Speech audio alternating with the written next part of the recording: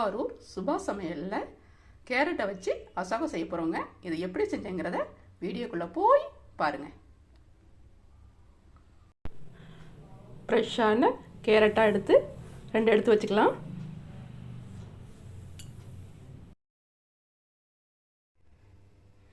Carrot அசோகம் செய்கிறதுக்கு 2 carrot எடுத்து வச்சுருக்கேன். இது தோல் சீவி துருவி வச்சதுக்கப்புறம் மற்ற தேவையான பொருட்களை பார்க்கலாம். கேரட்டை இந்த அளவுக்கு பொடுசாக துருவி எடுத்துக்கிட்டேன். அடுத்தது மற்ற பொருட்களை பார்க்கலாம். இந்த பொருட்களோட அளவுகளை கேரட் அசோகம் செய்யும்போது சொல்கிறேன். அடுத்தது துருவிய கேரட்டை பாலில் வேக வைக்கணும். வாங்க கிச்சனுக்கு போகலாம். ஸ்டவ்வில் பாத்திரம் வச்சு அதில் ஒரு 300 கிராம் அளவுக்கு பால் சேர்த்துக்கலாம். பால் காஞ்சோன்னே கேரட்டை சேர்க்கணும். பொங்குற ஸ்டேஜில் கேரட்டை சேர்த்துடலாம். ஒரு 10 நிமிஷம் கேரட் வெந்தாலே போதுங்க.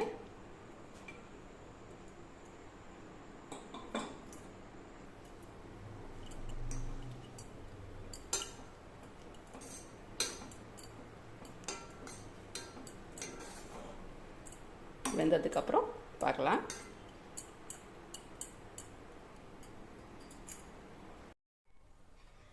கேரட்டு 10 நிமிஷம் நல்லா வெந்துருச்சு.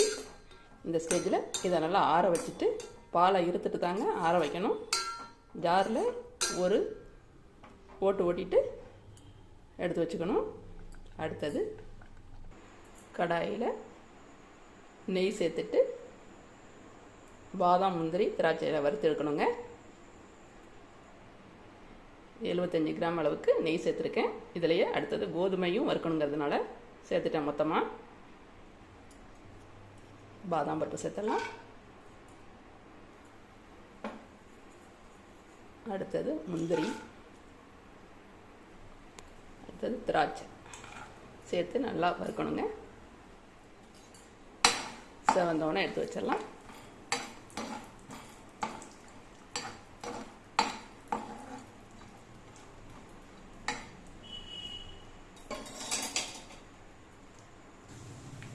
எந்த ஸ்டேஜில் எடுக்கணும்னு பார்ப்போம். பாருங்கள், நல்லா செவந்து வந்துருச்சு. இந்த ஸ்டேஜில் எடுத்து வச்சிடலாம். அது எண்ணெயில் 100 கிராம் அளவுக்கு ஆசீர்வாத் கோதுமை மாவு சேர்க்கலாங்க. சேர்த்து நல்லா வாசனை வர வரைக்கும் வறுத்துக்கணுங்க. பச்சை வாசனை போய் நல்லா வாசனை வரும். அந்த ஸ்டேஜ் வரைக்கும் கோதுமை வறுக்கணுங்க.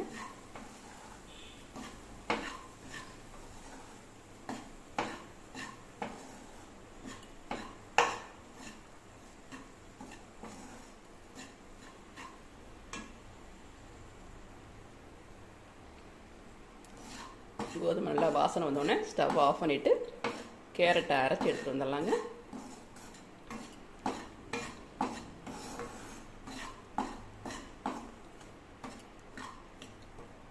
இந்த ஸ்டேஜில் ஸ்டவ் ஆஃப் பண்ணிடலாம். கேரட்டை கொரப்பாக அரைச்சி எடுத்துக்கிட்டேன். அடுத்த ஸ்டேஜில் ஸ்டவ் ஆன் பண்ணி அரைச்ச கேரட்டை விட சேர்த்துடலாம்.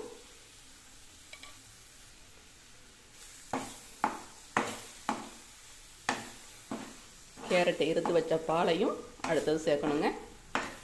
நல்லா வதக்கிக்கலாம்.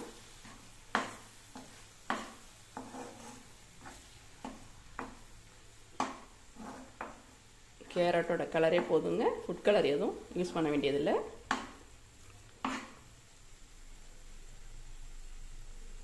இந்த ஸ்டேஜில் கேரட் வேக வச்ச பாலை சேர்த்துக்கலாம்.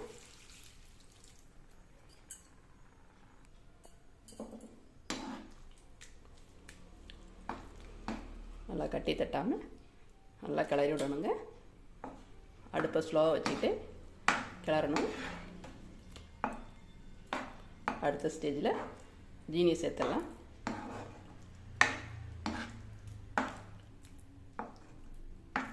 இன்னைக்கு மகளிர் ஸ்பெஷலுங்க. அதனால தான் இன்றைக்கி செய்கிறேன் இந்த ஸ்வீட்டு.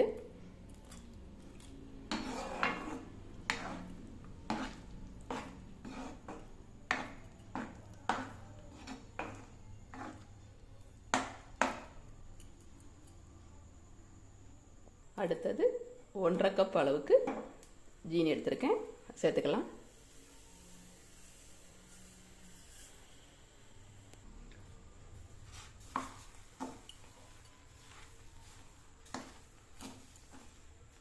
இது வரைக்கும் கேரட்டில் அசாசா ப்ரிப்பேர் பண்ணலைன்னா ஒரு வாட்டி ட்ரை பண்ணி பாருங்கள், செமையாக இருக்குங்க. பசங்களுக்கெல்லாம் ரொம்ப பிடிக்கும். கேரட்டும் உடம்புக்கு நல்லது.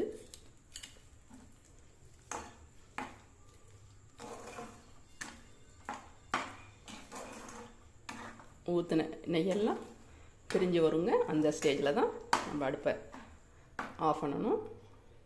இதை வெந்துக்கிட்டு இருக்கட்டும். பாருங்கள், ஊற்றின நெய்யெல்லாம் பிரிஞ்சு மேலே வருது. பார்க்கும்போதே செமையாக இருக்குல்ல. சாப்பிடும்போது இன்னும் சுவையாக இருக்குங்க.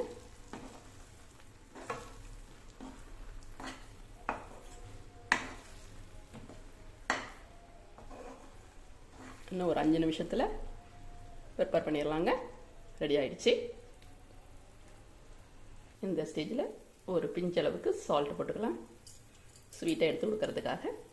அடுத்தது நெய்யில் வறுத்த முந்திரி, திராட்சை, பாதாம் சேர்த்து நல்லா மிக்ஸ் பண்ணி விட்டுறணும். பாருங்கள், கேரட்டில் அசோகா பார்க்கும்போதே செமையாக இருக்குல்ல. சாப்பிடும்போது இன்னும் சுவையாக இருக்குங்க. சமையலோட பேசிக் தெரியணும்னா திருவாரூர் சுபா சமையலை சப்ஸ்கிரைப் பண்ணிக்கோங்க. உங்கள் ஃப்ரெண்ட்ஸுக்கும் உறவினர்களுக்கும் ஷேர் பண்ணுங்கள். ஏன்னா தான் பெற்ற இன்பம் மற்றவரும் பெற வேண்டும் இல்லையா. பார்த்துருங்க, ஊற்றின நெய்யெல்லாம் பிரிஞ்சு மேலே வருது பாருங்கள். பார்க்கும்போதே செமையாக இருக்குல்ல. சாப்பிடும்போது மிச்சம் வைக்க மாட்டீங்க, அந்த அளவுக்கு இருக்குங்க செமையாக.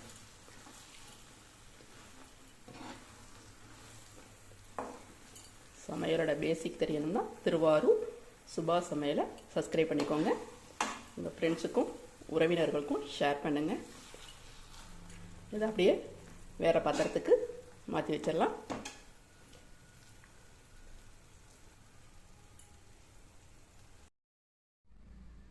திருவாரூர் சுபா சமையலை பார்த்துட்டு லைக் பண்ணுங்கள், சப்ஸ்கிரைப் பண்ணுங்கள், கமெண்ட் பண்ணுங்கள், ஷேர் பண்ணுங்கள். மீண்டும் அடுத்த ஸ்பெஷல் ஐட்டத்தோடு நாம் சந்திப்போம்.